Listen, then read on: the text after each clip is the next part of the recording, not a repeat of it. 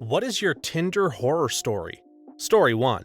Well, I've only gone on one Tinder date. We talked for a bit and I agreed to pick her up at Starbucks. She looked nothing like her pictures, but I thought I should be nice and at least hang out with her for a bit. We went to her place and the entire house reeked like cat pee, like saturated. Then, as she proceeded to show me her massive collection of animal tail butt plugs, she screamed at her chihuahua and smacked it right on the nose, and without missing a beat, just asked if I wanted to make out on the couch. I awkwardly sat down and pretended to look at my phone and made up that my grandma was dying so I could go. I see this a lot, they looked nothing like their pictures but I should be nice and not run off thing, but that's already a pretty big lie right up front. It reminds me of that video that went viral a bit back where someone wore a fat suit on dates they got from dating sites. Anyone that left was an a-hole somehow. I would turn and leave right then and there. That's already a big sign they're not on the level. Yeah, I've learned to dip every time that happens. You can't always tell either because sometimes people just use old pictures rather than deceptive angles, saying, you know what, I actually changed my mind. Bye is the best thing to do. Seriously, it's like a catfish at this point. Story 2.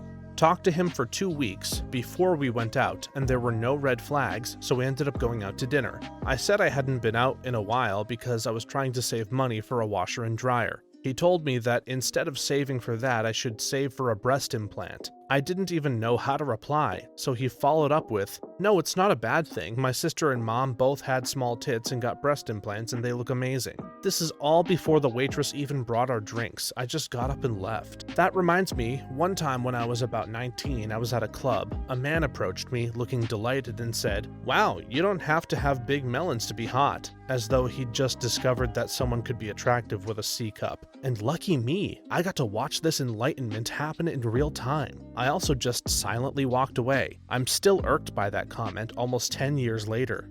Similar story, I met up with a guy a few times. We ended up going back to my place and hooking up after the second or third date. When I was getting dressed, he looked at me and exclaimed, "Are you pregnant?" I was like, what the fuck? No. He said that he once had someone hook up with him who was pregnant so she could pretend he was the baby daddy. Can't be too safe, is what he said. I just told him he had to leave. He couldn't believe I was kicking him out over that. Never talked to him again. The lack of self-awareness in some people is mind-blowing to me. Story 3.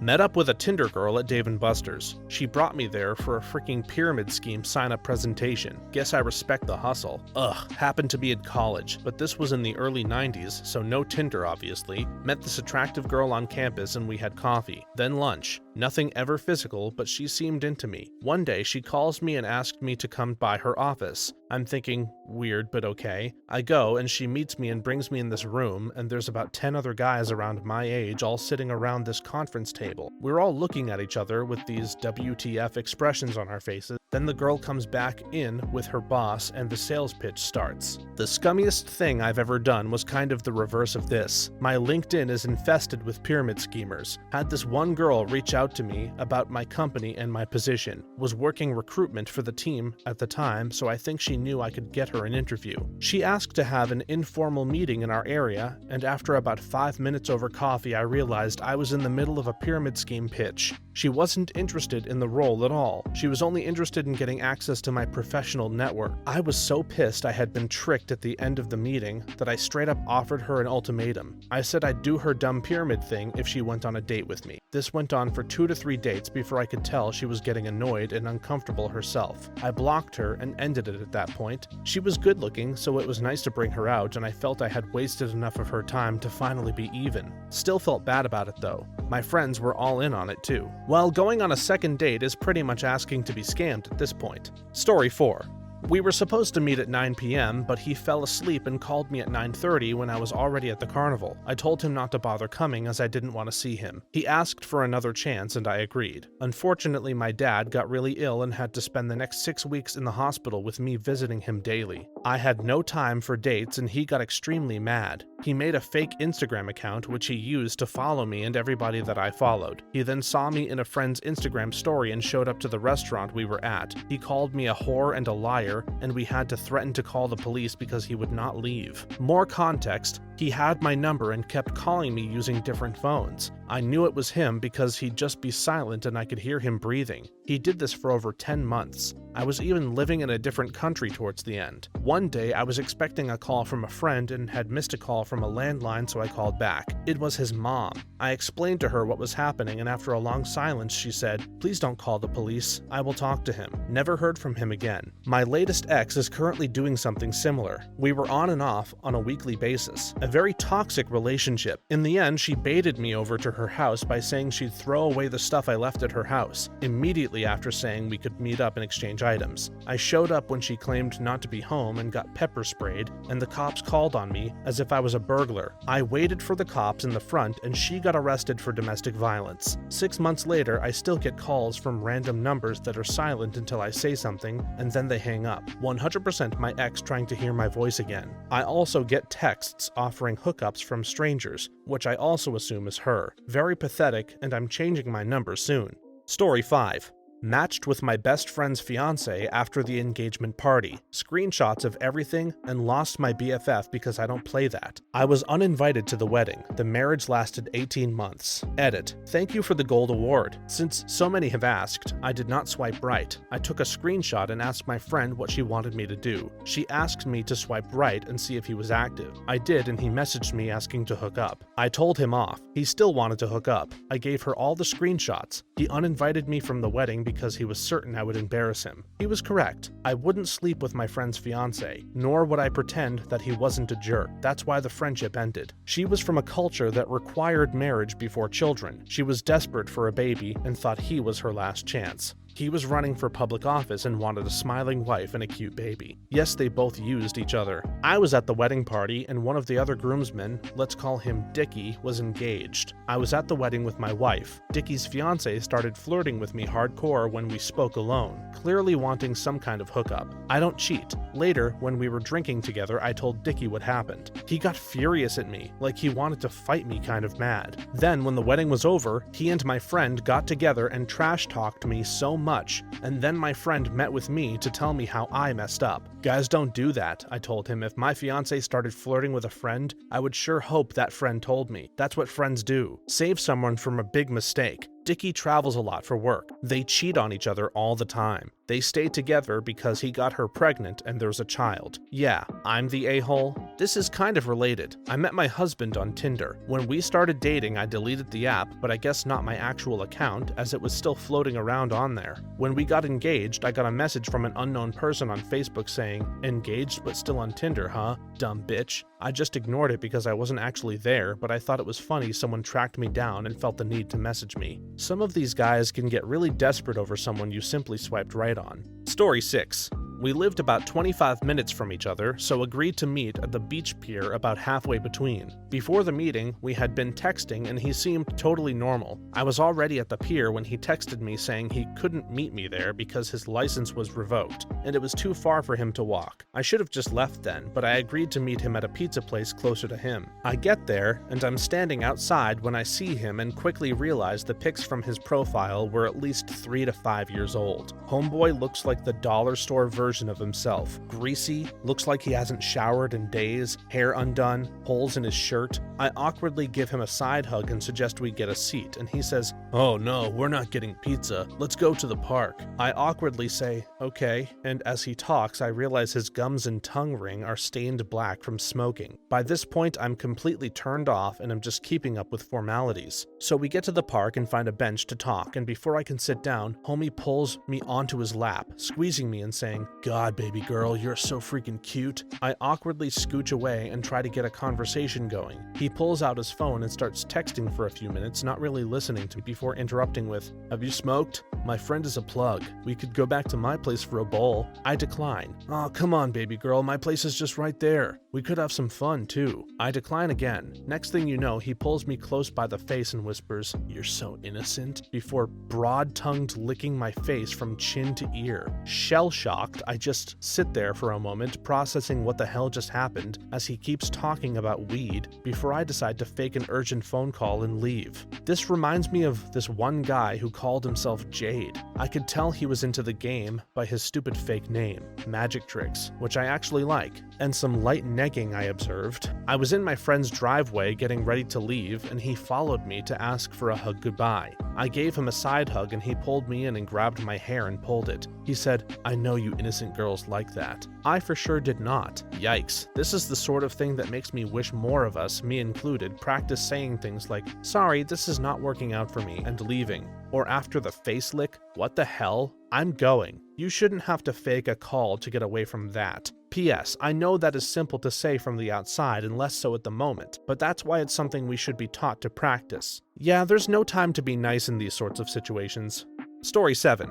The first date, we went to see a movie. She brought her sister along without consulting me first, and I somehow ended up paying for both of their tickets. Bit of a doormat, old me. We went to see Star Wars: The Force Awakens. Turns out neither of them had seen a Star Wars film before, nor had any idea at all what was going on. Awesome. Date ended at McDonald's after the movie with 1 hour plus of her eating fries one at a time, and her sister talking smack about basically everyone at her work. To this day, I'm not sure what that date was even about. There was no second date. It's happened to me before too. She was a cute girl and we got burritos. She spent the whole time on her phone while I was trying to get to know her. She never even cared to ask what my name was. I got kinda snappy halfway through the date and said, "Wow, you really love your phone, huh?" Then she even casually mentioned, "I want to get another burrito for later, but I don't have the money." Then I said, "That sucks," and then left her at the restaurant. I felt so disrespected. Here's my chance. So I love family stories. And every time we get together with aunts, uncles, cousins, etc., and my dad and his siblings get a few drinks in them, the stories come out. We're Latino and my grandparents were strict, so my aunt couldn't ever go out alone. Even at 16 to 18, she had to take her little brothers. My dad and my uncle knew this too. Every guy that ever came to take her out got hit with,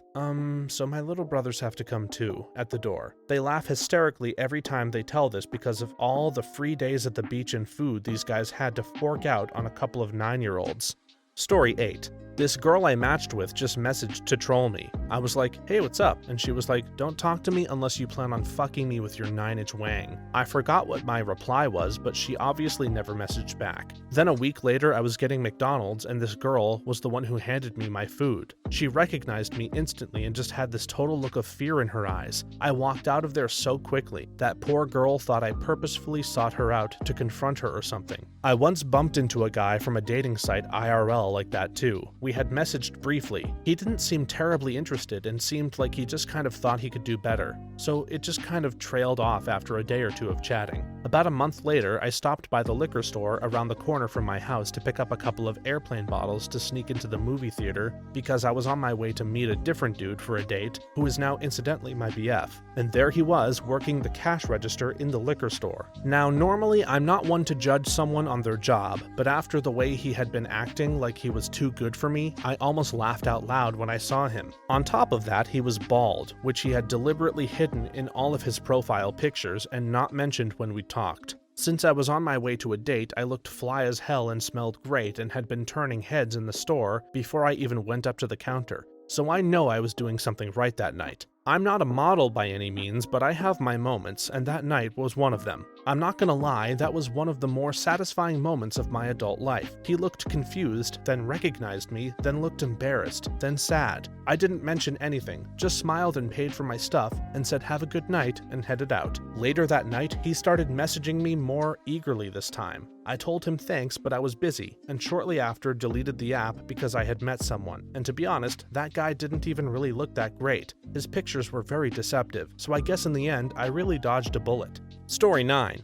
Met a guy with decent conversation, smart, funny, and mutual nerdy hobbies. We decided to meet up at the local gamer bar and play some games while having our first date. Get in and sit down. The dude has no teeth. Says a hack dentist told him they all had to be removed. Couldn't get dentures due to the budget. Needed to wait for bone shards to fall out of his gums, etc. Proceeded to spit all over our food while talking. Which granted, I knew he couldn't help, but if he could hide something this big from someone, what else could he be hiding? Plus, I couldn't stomach the thought of making out with someone with no teeth. I feel bad for this person. Can you imagine how embarrassing that would be to live with? I have dental implants and I had to go without teeth for only a few months. You think about it constantly, and the reactions people give you on dating sites and by friends and in public if they notice will drive you to the point of suicide. You will think about suicide constantly even if you don't attempt it. Mine was a choice and I can afford the implants, so no one has to know. And it's interesting to them when I do tell them, but imagine someone who was lied to and then realized they can never afford teeth. Yeah, that's just tragic. Story 10.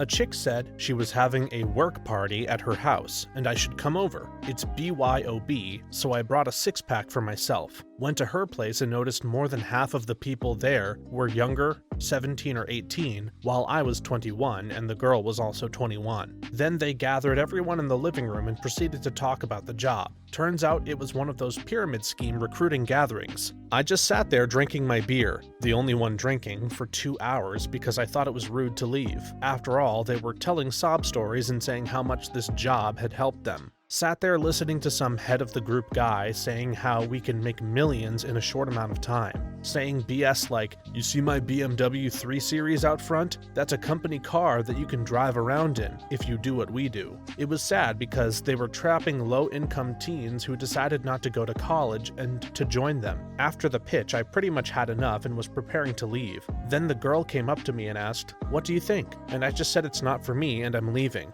She asked if I wanted to take my beer and I said they needed it more than I did. 2 or 3 weeks later, she sent me a text. Unfortunately, we exchanged numbers, asking if the head of the group guy could call me and ask me questions about why I was not signing up and how I thought the group session went. I didn't reply, but sure enough, the dude called me and I politely said it's not for me, but he kept pushing. Finally, I had to tell him to F off, and that was the end of that. Never went to work parties for a Tinder date again. It was a complete crap show, and if it wasn't for the beer I brought or the Tinder date's dog, I would have just left. Looking back on it, during the pitch, the head of the group guy said at one point, "If you're not interested in making $1 million, you can just leave. No one is stopping you." I really wish I stood up, chugged my beer, and said, "Screw this. You guys are all stupid and no one should be joining. You will ruin your lives," and walked out. But that's just a daydream I have in the shower. I had a similar experience. This was before cell phones were as prevalent as they are today. I had a job interview with a marketing company. As a junior in college, I got ready for a week for a big interview. I showed up and it didn't feel quite right, but I didn't know why.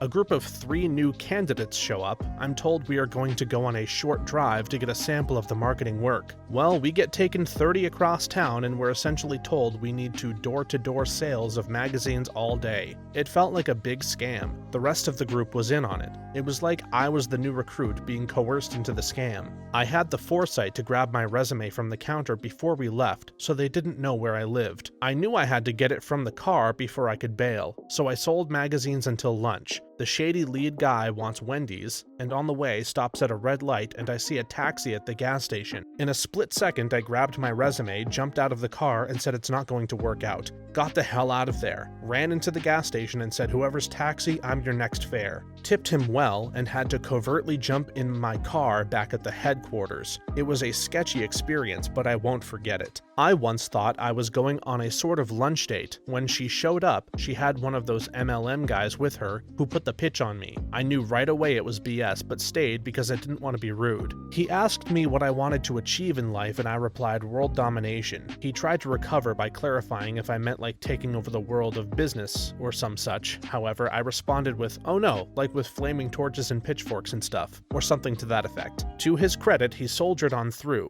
Can't remember how long it went on for, but he most certainly didn't get me on board. Later, the girl who I worked with at the time said the dude was pissed off that I didn't take him seriously, LOL. For the record, that was over a decade ago. The girl thankfully realized it was a scam and I'm good friends with her to this day. Story 11. Not Tinder, but Match.com, and right in its infancy, not too long ago, when it was just weirdos doing online dating. I matched and met up with a girl. She was way hotter than me, like crazy hot, way out of my league. The date was going super well and we'd even made out a bit. Couldn't believe my luck. We decided that as it was going well, we'd keep it going and headed to a bar. We were getting cozy in a corner when a group of African lads came into the bar. I live in a very homogenous white country to the point that would even be noteworthy, especially at that time. She got up off of where we were sitting and began shouting abuse at the lads who came in, saying they didn't belong there and dropping the N-word several times. I felt like that moment in a horror movie where the camera zooms in on your face and the background zooms out. I just got up and walked out. She tried to call me the next day to set up another date, but I just ignored her. Clearly nuts. Too good to be true in the truest sense. Yeah, dude, unexpected racism is such a whiplash. I had a female friend I hung out with on occasion during my freshman year of college. No romantic interest, would just chill with her and her BF. Then one evening we went to a club and there was a really long line, and after about 30 minutes we decided to bail and head back to our dorm for drinks instead. Then, while we were drinking and complaining about the line, she drops, "Man, I don't understand why they were letting all of those N-words into the club. I thought the place was reputable." She then just bitches for a minute, dropping hard N-bombs pretty consistently. I was floored. I had no clue she was so racist. It was a really awkward evening and I didn't talk to her or her boyfriend ever again after that. Super weird. Had a similar experience on a first date with a smoking hot, freshly divorced redhead who is clearly champing at the bit for some extramarital finally free fun. We are sitting at the bar at an upscale, quiet little neighborhood bar in Nashville. I'm there on business for about a week. We both know about my limited time in the city, so this is clearly a fun for the run kind of thing. Convo is great. We are sitting close, chatting, flirting, and making jokes. She is telling me all about her being dominated fetish and how much she likes being spanked. I comment that her ass is beautiful and just the right shape for that. She begins to tell me about how long she has been working out and how much attention she pays to training her ass. Then she looks me straight in the eyes and says, "But now they let N-words in the gym, so she quit." I was thrown way off by this and physically pulled back when she said it. I got quiet for a few seconds while I was processing. She could feel me push back from that comment and said, "What are you, some kind of N-word lover?" I told her I was biracial. I'm not, but screw her. Let's make this as uncomfortable as possible. As soon as I said that, she got a scowl on her face, stood up, picked up her stuff, and walked out without another word. Even now, remembering this story as I write it, I feel like a piece of crap because the little voice in my head reminds me if I had just kept my mouth shut. Racism is definitely a deal breaker. It should be for everyone. Story 12. I went on a Tinder date several months ago around October and it went really well. The girl had a job, wasn't crazy, and was cute, so we decided to have a second date. The only thing was that the second date was at her Thanksgiving party so she could introduce me to her friends and family, which I thought was a bit too early for. Anyway, I didn't have anything planned that day, so I decided to go. My job was to make the jungle juice for the party, and it consisted of the usual Everclear, Hawaiian Punch, lemonade powder, and ice combo I've used throughout college. It worked wonders and everyone got really drunk. Near the end of the party, my date and her friend told me I did an amazing job on the drink. My date also mentioned that she really liked the fruit I added in there and that everyone at the party was trying to get some. For some reason, that did not sit well with drunk me, so I headed over to the alcohol canister to investigate. I grabbed my trusty ladle and started scraping the bottom of the canisters, and on one of the ladles I found some chunks of meat and pieces of ramen. That's when I realized that someone puked in the jungle juice. That could definitely get him sued. Story 13. This isn't actually my story, it's my mom's. After getting out of an incredibly long and unpleasant marriage, my mom joined Tinder. Stella wanted to get her groove back, and I was 100% on her team. I'm an adult. I can't emphasize enough, she was not looking for a long-term connection. Her work sent her out of state for a while and everything seemed perfect. She's going to get her rando D and there's no chance of it getting serious. She's sending me screenshots of the guys she's considering. I'm giving her tips on safety, and then she picks a guy. I immediately tell her that he is not a wise choice. This guy's profile is 98% red flags by volume. Whatever, she's an adult. I literally cannot stop her. Somehow, in the 4 hours they are physically together, he figures out which flight she's taking the next day. He used that to find her final destination and somehow even finds her home address. He uses the public tax information to find her full name and from there hunts down her Facebook and finds my dad, calls him on the phone, and dishes everything. Sends him pictures and screenshots of convos, then he starts sending my mom harassing messages that he loves her, but that he can't trust her. Ultimately, my mom had to call the police. Yeah, people don't understand how much you can learn from someone from the most random random info you share. I've done my creeper work on people who I was hesitant to meet or was starting to know on info as simple as first name and the fact that they were giving a talk at a random conference, and that gave me enough info to make sure they weren't dangerous. Obviously, never been malicious results like this. Everything's connected. It's freaky. This is why you don't share private information with people you don't trust. Story 14.